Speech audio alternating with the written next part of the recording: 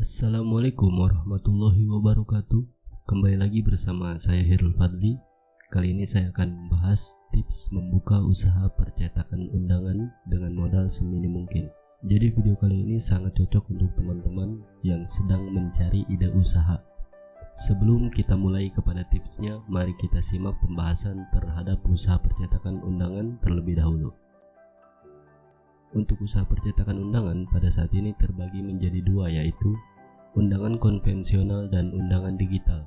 Dari masing-masing tersebut berbeda jenisnya namun masih sama fungsinya. Untuk undangan konvensional yaitu undangan seperti pada umumnya yang kita bagikan door to door kepada setiap orang yang ingin kita undang, yang pada umumnya berbahan kertas, namun seiring berjalannya waktu ada juga undangan konvensional yang berbahan akrilik dan lain-lain.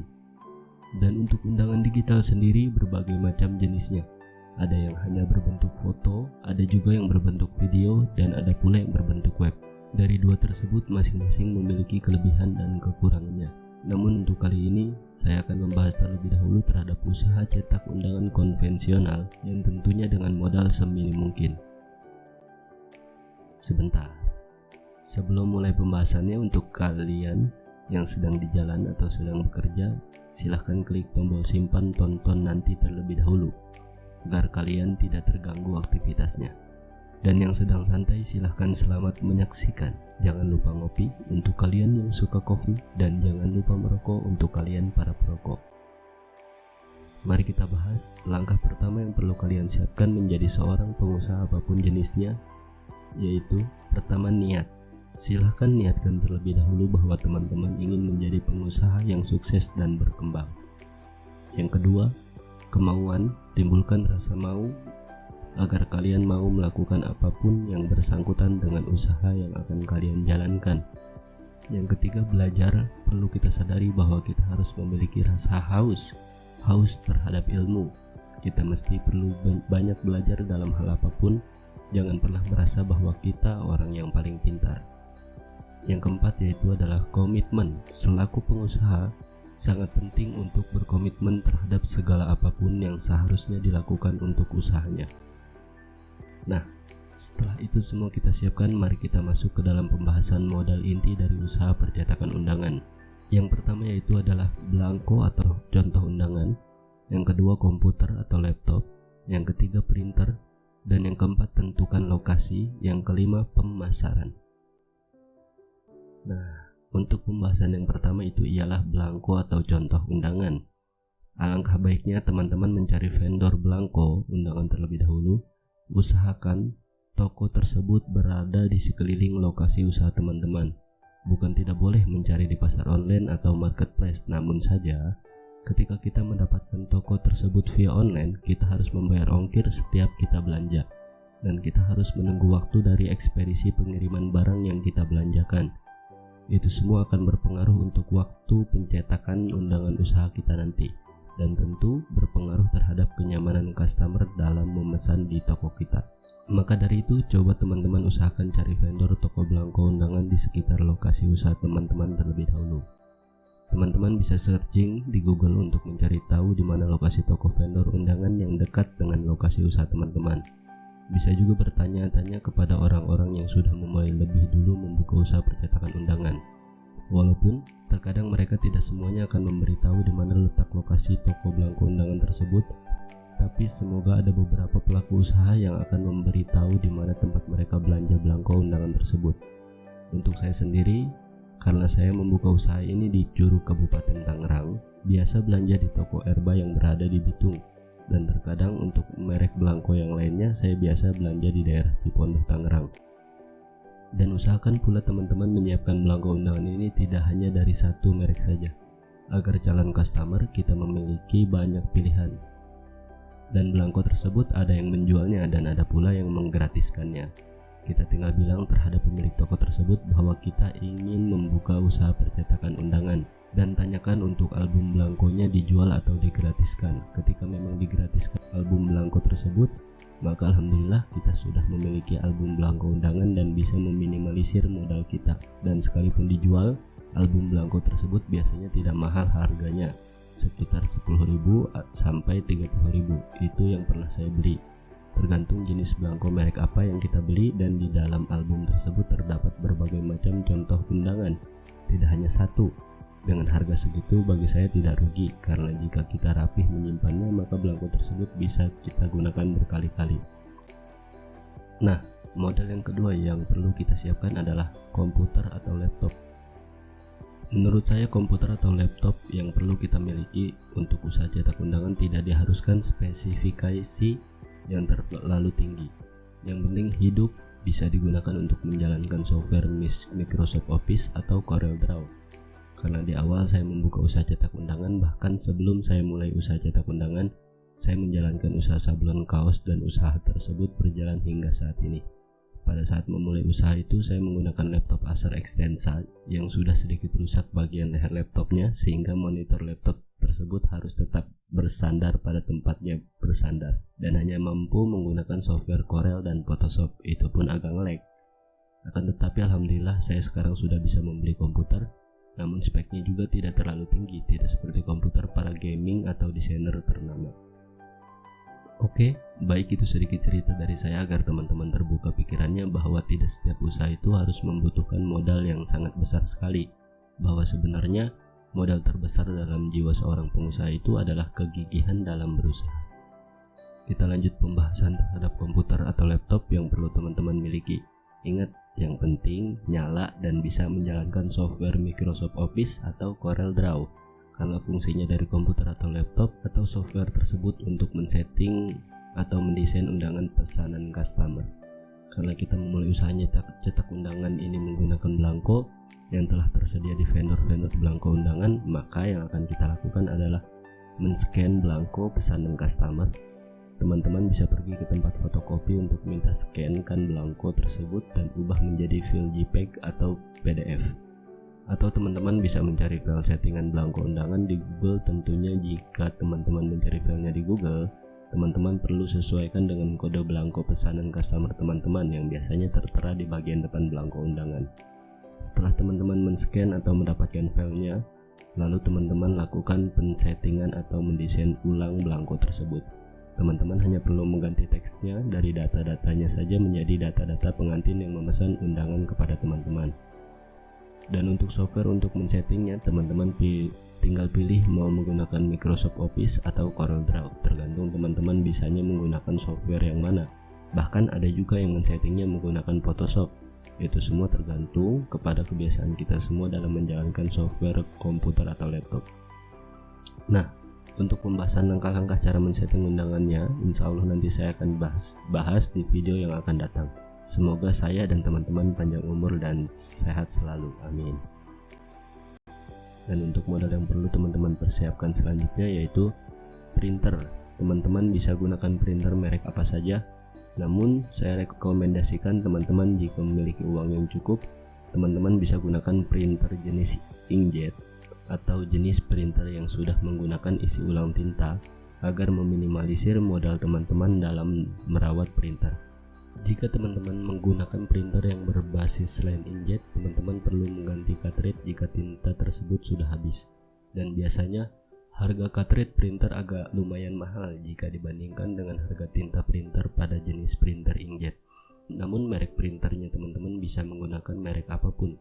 Bisa menggunakan Canon yang sudah dimodif menjadi inkjet, tinta infus, atau Canon yang memang sudah jenis inkjet. Bisa juga teman-teman menggunakan printer Epson, Brother, dan lain-lain. Sesuaikan dengan keinginan teman-teman. Jika teman-teman ingin menggunakan Epson, saya rekomendasikan gunakan Epson seri L berapapun. Jika teman-teman carinya yang murah tapi bandel atau kuat, teman-teman silahkan gunakan printer Epson L120. Namun untuk kali ini saya menggunakan printer Brother DCP T220 yang di video sebelumnya saya pernah review ala kadarnya tentang printer tersebut. Dan kemarin pertama kali saya mencetak undangan di printer tersebut, saya langsung mencetak sebanyak 1000 lebih undangan. Karena undangan harus dicetak bolak-balik, berarti saya mencetak undangan dengan printer tersebut sebanyak 2000 lebih, dan itu berkelanjutan hanya istirahat 5-10 menit di setiap sehabis mencetak 50 undangan sekaligus. Memang sedikit agak lama dibandingkan menggunakan printer Epson L1110 karena saya pernah juga mencetak undangan menggunakan printer tersebut, tapi hanya beberapa detik saja perbedaannya, dan dulu Saya menggunakan Epson L1110, mencetak undangannya sebanyak 25 terlebih dahulu. Kalau sekarang saya pakai Brother langsung 50 undangan. Jadi wajar mungkin sedikit agak lama dibandingkan Epson L1110. Tapi saya belum bisa membandingkan yang mana yang lebih baik karena belum terlalu lama menggunakan printer merek Epson L1110 dan Brother DCP T220 ini. Karena printer yang Epsonnya sudah saya jual, karena dulu saya memiliki printer tersebut hasil kredit ke teman, akhirnya saya jual printer tersebut dan saya lunaskan kreditan tersebut. Saya sedang berusaha menghindari kredit. Dan untuk printer Brother DCP T220 ini saya membelinya secara cash dan masih saya gunakan sampai saat ini. Oke, maaf jika terlalu banyak ceritanya dan bertele-tele dalam menjelaskan tahap-tahapnya, namun semoga bermanfaat untuk teman-teman karena yang saya ceritakan masih seputar tentang usaha cetak undangan dan pengalaman dalam saya menggunakan printer untuk mencetak undangan. Nah, teman-teman silahkan persiapkan printer merek apapun. Jika teman-teman sudah memiliki printer itu lebih baik, jadi bisa meminimalisir modal. Nah, untuk pembahasan selanjutnya yaitu tentukan lokasi usaha teman-teman. Tentu saja untuk menentukan lokasi usaha meski harus yang strategis. Walaupun saya sendiri untuk saat ini masih di rumah, untuk menjalankan usaha cetak undangan ini saya memiliki keinginan untuk mencari lokasi yang lebih strategis karena memang salah satu kekurangan buka usaha di rumah yaitu sedikit agak sulit untuk memberitahu terhadap orang banyak bahwa kita adalah penyedia jasa cetak undangan secara offline. Kenapa saya berbicara agak sulit tapi bukan berbicara sulit? Karena di era masa kini dimanapun lokasi kita usaha, kita masih bisa memasarkan via online. Namun alangkah baiknya jika lokasi usaha kita itu strategis. Tapi bukan kita tidak boleh memulai usaha di rumah kita sendiri. Tentu sangat bisa untuk awal dan memulai. Saya ingatkan kembali bahwa saya dalam video ini akan memberitahu kepada teman-teman dengan modal seminim mungkin untuk membuka usaha cetak undangan. Jadi saya akan berusaha meminimalisir seminim-minimnya modal usaha cetak undangan. Nah, kekurangan selanjutnya buka usaha cetak undangan atau usaha apapun di rumah. Kekurangan ini berlaku untuk orang-orang yang malas seperti saya untuk memanage keuangan atau memikirkan cara mengembangkan usaha kita sendiri, yaitu kita terkadang terlalu merasa nyaman dan terlalu betah berada di zona nyaman. Karena jika kita di rumah, apalagi yang masih satu rumah dengan orang tua, biasanya kita suka lupa menyisihkan keuntungan untuk biaya bayar listrik, padahal itu kita perlu lakukan. Walaupun listrik rumah bukan kita semua yang menggunakan, namun seharusnya kita membantu keluarga kita untuk membayar listrik. Apa salahnya kita membantu, lagi pula sekalian kita membantu orang tua atau memberikan hasil usaha kita terhadap orang tua agar usaha kita lebih berkah. Dan kekurangan selanjutnya karena kita merasa nyaman berada di zona nyaman, kita tidak terlalu giat memasarkan, mengiklankan atau mempromosikan usaha apa yang kita jalankan. Padahal itu semua penting dilakukan, dan karena kita berada di zona nyaman, intinya kita jarang mau pusing untuk mengembangkan usaha kita dan tidak membuat diri kita juga berkembang. Itu pengalaman saya, mudah-mudahan teman-teman dan saya pribadi bisa terus belajar dan mengembangkan diri pribadi maupun usaha saya sendiri. Mari kita lanjut ke pembahasan selanjutnya yaitu pemasaran. Nah, untuk pembahasan pemasaran yaitu pada era sekarang kita perlu memasarkan usaha kita via offline maupun via online. Misal, jika kita melakukan pemasaran via offline, kita perlu mencetak spanduk depan lokasi usaha kita, membagikan ID card usaha kita, membagikan pamflet, atau menawarkan langsung ke teman, saudara, kerabat kita, dan lain-lain. Walaupun pada saat ini pemasaran via offline terlihat kuno karena adanya pemasaran via online, coba teman-teman lihat masih adakah perusahaan-perusahaan besar yang masih melakukan seperti ini? Tentu masih ada, bahkan bukan cuma perusahaan, bidang yang lain pun masih melakukan hal ini. Dan untuk pemasaran online kita bisa melakukan pemasaran via Instagram, WhatsApp, Facebook, web, YouTube, TikTok, dan lain-lain. Dan kita selaku pengusaha harus melakukan pemasaran dua hal tersebut, offline dan online, dan lakukan pemasaran yang sekreatif mungkin. Dan kita harus ramah kepada customer, mau customer kita bawel, sering ngomel, banyak tanya tapi nggak beli, pesan kita tetap melakukan mereka seperti raja. Dan berikanlah customer bonus, bukan diskon 10%, 20% atau yang lainnya. Bisa berikan bonus label, plastik OPP, bonus undangan video, dan lain-lain. Itu semua terserah teman-teman mau memberikan bonus apa. Semakin banyak bonus yang kita berikan, maka semakin membuat calon customer semakin tertarik datang atau memesan ke toko kita. Dan kita usahakan usaha milik kita sebeda mungkin dengan kompetitor. Bisa apapun itu yang membedakannya, gunakan kreativitas semaksimal mungkin. Kompetitor kita adalah bukan musuh kita, mereka lah yang seharusnya jadi penyemangat kita untuk membuat diri kita dan usaha kita menjadi lebih berkembang dan maju. Nah, saya rasa cukup pembahasannya sampai situ terlebih dahulu. Namun sebelum saya mengakhiri video ini, saya akan menjelaskan rincian modal usaha cetak undangan seminim mungkin kepada teman-teman. Pertama yaitu belangko undangan. Dengan modal 30.000 saya rasa sudah cukup untuk memiliki 1-2 album belangko undangan. Lebih baik jika teman-teman menyiapkannya lebih banyak. Nah, yang kedua yaitu komputer atau laptop. Ini sesuai pengalaman saya ketika saya membeli komputer, yaitu dengan harga 1.800.000 sudah komplit dan bisa nyala tentunya. Langkah baiknya jika teman-teman sudah memiliki komputer atau laptop sendiri, jadi tidak perlu beli lagi. Ingat, minimalisir modal. Nah, ini solusi untuk teman-teman yang ingin sekali buka usaha cetak undangan tapi tidak punya modal untuk membeli komputer atau laptop baru maupun bekas. Nggak perlu khawatir, teman-teman bisa mencari orang yang membuka jasa setting undangan. Itu ada. Teman-teman perlu menghubungi mereka dan memberikan data yang diperlukan untuk men-setting undangan tersebut, lalu membayar sesuai tarif yang mereka tentukan. Tentunya tarifnya tidak semahal harga beli komputer atau laptop baru maupun bekas. Yang ketiga yaitu printer.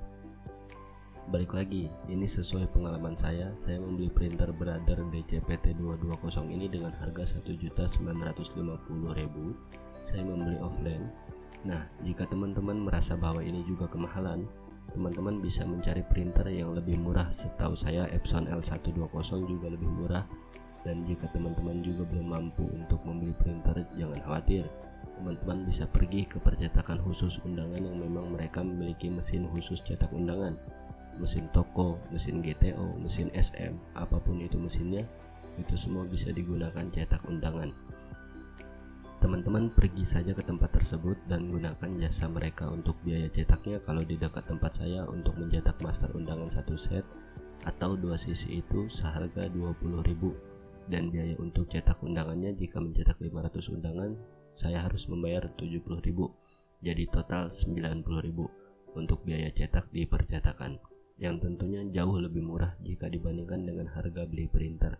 Karena kegunaan printer pun hanya direkomendasikan untuk mencetak undangan dengan kuantiti di bawah 500 jika ingin printernya lebih awet, terkecuali memaksakan seperti saya. Nah, itu rincian modal dengan seminim-minimnya, dan untuk biaya operasional tersebut saya menggunakan uang DP yang diberikan oleh customer. Jadi kesimpulannya adalah saya hanya modal awal membeli album belangko saja. Namun jika teman-teman memang memiliki modal dan ingin mengikuti modal awal saya, jadi total modal awal saya adalah 3.780.000. Saya akan memberikan solusi lagi untuk teman-teman yang ingin sekali usaha cetak undangan tapi tidak punya modal sama sekali. Hanya punya modal niat dan siap memasarkan. Teman-teman bisa menjadi reseller atau dropshipnya saya. Gak usah mengeluarkan modal sepeser pun, hanya modal niat dan mau memasarkan saja. Dan saya akan memberikan komisi kepada teman-teman beberapa persen. Tinggal hubungi WA saya yang akan saya letakkan pada deskripsi video ini, dan saya akan memberikan sedikit album belangko gratis kepada teman-teman yang pertama kali menghubungi saya, dengan syarat ongkir yang menanggung teman-teman jika rumah teman-teman jauh dengan rumah saya. Jika dekat dengan rumah saya, silahkan datang ke rumah saya, kita ngopi bareng. Dan jika teman-teman yang jauh tidak mau juga untuk menanggung ongkir tapi mau mendapatkan album katalognya, nanti saya kirim album katalog berbasis foto yang saya akan kirim linknya jika teman-teman WA saya. Baik, mungkin cukup segitu dulu videonya. Terima kasih saya ucapkan untuk teman-teman yang sudah mau mendengarkan ocehan saya dari awal sampai akhir tanpa men-skip video ini dan mau menekan tombol like, comment, share, and subscribe. Jika ada salah kata, mohon maaf. Semoga ada yang bermanfaat. Wassalamualaikum warahmatullahi wabarakatuh.